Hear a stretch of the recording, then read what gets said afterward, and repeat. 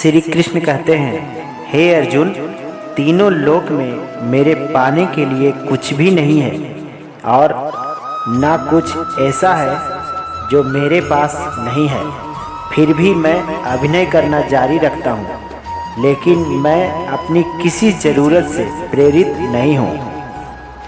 कर्म मुझ पर इसलिए नहीं टिकता क्योंकि मैं उसके परिणाम से जुड़ा नहीं हूँ। जो लोग इसे समझते हैं, इसका अभ्यास करते हैं, वह स्वतंत्र रहते हैं। श्री कृष्ण कहते हैं, जैसे आग की गर्मी लकड़ी को राख कर देती है, वैसे ही ज्ञान की आग सभी कर्मों का भस्म कर देती है। अपना काम हमेशा दूसरों के कल्याण के ध्यान में रखकर करना चाहिए। श्री कृष्ण कहते हैं, हर व्यक्ति का विश्वास उसकी प्रकृति के अनुसार होती है। मैं उन्हें ज्ञान देता हूँ जो सदा मुझ में जुड़े रहते हैं और जो मुझसे प्रेम करते हैं। मेरी कृपा से कोई भी सभी कर्तव्य के निर्वाह करते हुए भी मेरा शरण में आकर अनंत अविनाशी निवास को प्राप्त करता है। हे अर्जुन, बुद्धिमान व्यक्ति कामुक सुख में आनंद नहीं लेता है। जो कार्य में निष्क्रियता और निष्क्रियता में कार्य देखता है, वह एक बुद्धिमान व्यक्ति होता है। श्री कृष्ण कहते हैं, मैं धरती का मधुर सुगंध हूँ, मैं अग्नि, मैं उष्ण हूँ, मैं ही सभी जीव प्राणियों में जीवित आत्मा हूँ, मैं सभी सन्यासी का आत्म संयम भी हूँ। श्री कृष्ण कहते हैं, तुम उनके लिए शोक करते हो जो शोक करने के योग्य नहीं है और फिर भी ज्ञान की बातें करते हो। बुद्धिमान व्यक्ति न तो जीवित और न ही मृत व्यक्ति के लिए शोक करते हैं। जो बुद्धिमान व्यक्ति के समाज कल्याण के लिए बिना आसक्ति के काम करता है, वह हमेशा सफल और मेरा प्रिय रहता है। श्री कृष्ण कहते हैं, कर्म मुझे बांधता नहीं क्योंकि मुझे कर्म के प्रतिफल की कोई इच्छा अभिलाषा नहीं है। कर्म उसे भी नहीं बांधता जिसने काम को त्याग कर दिया है। अपने अनिवार्य कार्य करो, क्योंकि वास्तव में कार्य करना निष्क्रियता से बेहतर है। आत्मज्ञान के तलवार से कटकर अपने हृदय से अज्ञान को, संदेह को अलग करके अनुशासित बनो। मनुष्य अपने विश्वास से निर्मित होता है। जैसा वह विश्वास करता है, वैसा वह बन जाता है। श्री कृष्ण कहते हैं, इस जीवन में मनुष्य न तो कुछ खोता है और न ही कुछ व्यर्थ होता है। हे अर्जुन, मन अशांत है और उसे नियंत्रण करना कठिन है, लेकिन अभ्यास से इसे बस में किया जा सकता है। केवल मन ही किसी का मित्र है और मन ही किसी का शत्रु है। व्यक्ति या जीव का कर्म ही उसका भाग्य का निर्माण करता है। जब मानव अपने कार्य में आनंद खोज लेता है, तब वह पूर्णता को प्राप्त कर लेता है। श्री कृष्ण कहते हैं, नरक के 3 द्वार हैं, काम, क्रोध, लोभ। यह तीनों मनुष्य के प्रगति से कोसों दूर ले जाता है। श्री कृष्ण कहते हैं, क्रोध से भ्रम पैदा होता है, भ्रम से बुद्धि व्यग्र होती है और जब बुद्धि व्यग्र होती है तब तर्क नष्ट हो जाता है। जब तर्क नष्ट हो जाता है तब व्यक्ति का पतन हो जाता है। हे अर्जुन, सदैव संदेह करने वाले व्यक्ति के लिए प्रसन्नता न तो इस लोक में है और न कहीं और।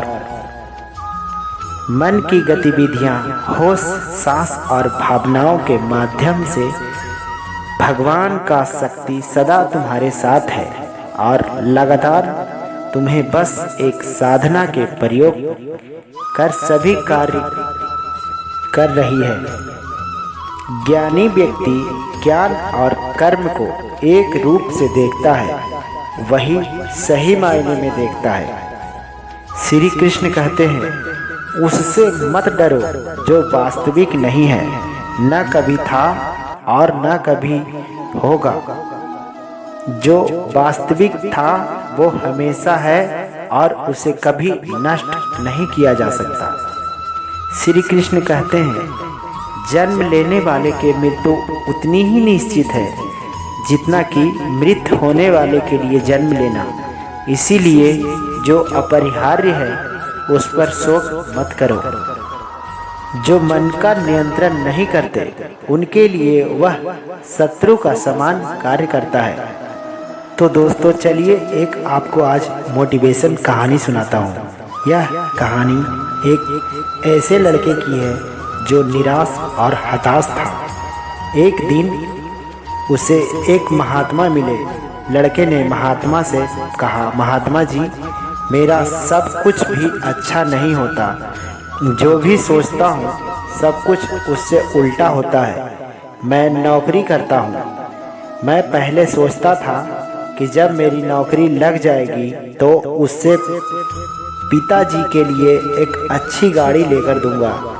लेकिन अब नौकरी तो लग गई है, लेकिन इतने पैसे नहीं मिलते कि गाड़ी ले सकूं। सोचा था कि अपने बीवी बच्चों को दूसरे देश में घुमाकर लेकर आऊँगा, लेकिन वो भी नहीं कर पा रहा हूँ। बस जिंदगी ऐसे ही चलती जा रही है, क्या करूँ कुछ बताइए। तब महात्मा जी लड़के को एक फूल के बगीचे में ले गए। वहाँ बहुत ही सुंदर सुंदर फूल थे। वहाँ ले जाकर लड़के से कहा कि तुम्हें बगीचे में से किसी एक फूल को लेकर आना है जो तुम्हें सबसे सुंदर लगता हो, लेकिन एक शर्त है, किसी भी फूल को तुम पीछे हटकर नहीं तोड़ोगे। जो तुमने एक बार पीछे छोड़ दिया तो वो समझो तुमसे छूट गया। लड़का बगीचे के एक कोने से फूल चुनने के लिए चल दिया। उसे बहुत सुंदर सुंदर फूल दिखाई दे रहे थे, लेकिन लड़का ये सोचकर आगे बढ़ता गया कि कहीं इस फूल से भी आगे सुंदर फूल होगा, उसे तोड़ कर लाऊंगा। लड़का आगे बढ़ता गया और लड़का ने अभी तक कोई फूल नहीं तोड़ा था। अब बगीचे में केवल कुछ ही फूल बाकी थे जो बिल्कुल सूखे हुए थे। अब लड़का शर्त के मुताबिक पीछे छोड़ हुए फूल को वापस लेने के लिए तोड़ नहीं सकता था, नहीं पीछे आ सकता था। लड़के के पास सिर्फ एक ही विकल्प था कि वो इन सूखे फूलों में से किसी एक को तोड़ ले। लड़का ने एक सूखा हुआ फूल तोड़कर महात्मा जी के पास आ पहुंचा और सूखा फूल दिखाते हुए महात्मा जी सूखा फूल देखकर कहने लगे कि बगीचे में इतने सुंदर फूल है और तुम एक सूखा फूल तोड़कर लेकर आए हो। लड़का बोला कि महात्मा जी, बगीचे में मुझे बहुत सुंदर फूल मिले थे, लेकिन और अच्छे फूल चाहकर उसी चाह में मैं आगे बढ़ता गया, सारे फूल पीछे छोड़ता गया। फिर बाद में केवल सूखा हुआ फूल ही था जिनमें से एक फूल लेकर आया हूँ। महात्मा जी ने लड़के को बगीचे में ले गए, समझाने लगे कि ये जो बगीचा है वो तुम्हारा ही जीवन है। जो सुंदर फूल है वो तुम्हारा खुशियाँ है। इतने सुंदर फूलों से भरा हुआ है, लेकिन कुछ और बेहतर के चाह में तुम इतने सुंदर जीवन को भी खुशी नहीं जी पा रहे हो। तुम्हारे माता पिता को किसी अच्छी गाड़ी से वो खुशी नहीं मिल सकती जो तुम्हारे साथ बैठकर खाना खाने में मिल सकती है। अपने परिवार के साथ समय बिताओ, उसी को देखभाल करो। खुशी के और अपने परिवार में इतने खुशी किसी भी चीज़ में नहीं हो सकती और नहीं मिल सकती है। फिर महात्मा जी बोले, इंसान हमेशा और अच्छा करने के लिए सोचा करता है और अच्छा, लेकिन उससे बेहतर और बेहतर की चाह में अपना वर्तमान की छोटी छोटी खुशियों को भी नहीं जी पाता है। हम ये सोचते रहते हैं कि ऐसा दिन आएगा जब मेरे पास धन होगा, अच्छा मकान होगा, अच्छा गाड़ी होगा, लेकिन ऐसा समय कभी नहीं आता है जो हमारे मन के मुताबिक। और ऐसा ही सोचते सोचते हमारा सुंदर सा फूलों से भरा हुआ जीवन सिर्फ सूखे हुए फूल के तरह बचता है, जिनको हमें मजबूरी में जीना ही पड़ता है। इसीलिए अपने वर्तमान में जो छोटी छोटी खुशियों के पल हैं उसके बटोरते रहो, इसी में खुशी रहो, और यही तुम्हारी जिंदगी है और इससे खुशी और कहीं नहीं मिल सकती।